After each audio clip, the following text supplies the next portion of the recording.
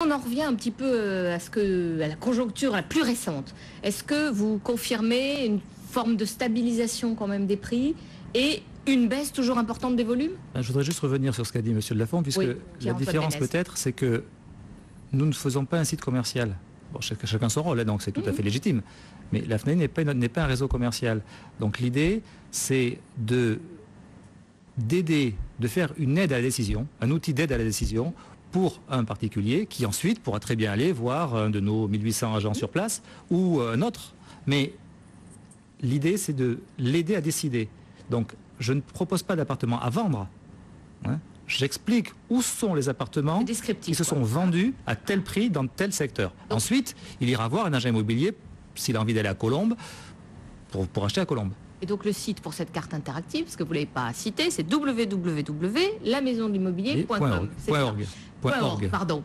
Alors vous n'avez pas répondu, Pierre-Antoine Ménez, à la suite de la question, c'est-à-dire, bon, ok, on a compris que vous essayez de nous amener à une autre approche de l'immobilier, mais là, aujourd'hui, dernier point conjoncturel, on est toujours à une stabilisation des prix comme très haut et à une baisse des volumes. Oui, tout à fait, on a une baisse de volume importante, alors qui a été cachée par l'excellent début d'année suite aux effets secondaires du décret Fillon. Sur le mois de janvier, on a eu un afflux de ventes absolument extraordinaire, qui s'est brutalement arrêté. C'est-à-dire l'augmentation de la taxation des plus-values. Tout à fait, qui a donné un appel d'air à des gens qui voulaient vendre.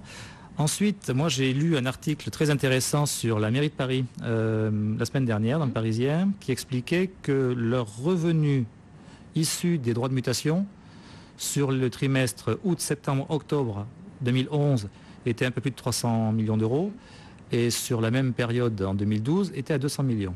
Bon, les 30% de volume, on y est, hein, donc ça c'est la première chose. La seconde, c'est que sur ce volume qui a baissé, les prix se sont maintenus. Et après une étude un peu poussée qu'on a fait là-dessus, on s'est rendu compte simplement que les biens vendus sont totalement hétérogènes. On a eu tout ce qui est petite surface se vend bien, encore. On en a de moins en moins à cause des plus-values potentielles, mais elles se vendent bien. Et on sait qu'il y a une surprime à la petite surface à Paris. Les biens d'exception se sont très bien vendus, on n'a pas de crise là-dessus. Donc, ça se vend bien. Zéro défaut. Ça se vend haut. Par contre, le cœur du marché, là, il n'y a plus rien. Pourquoi? Parce qu'à Paris, nous sommes sur un marché... Même pas. Nous sommes sur un marché de renouvellement à Paris. On est d'accord, les primo-accédants nous ont quittés depuis quelques temps déjà. Souvent. Et du coup, la personne qui vend son appartement, en général, déménageait pour en acheter un autre. L'évolution du parcours résidentiel, une famille, etc.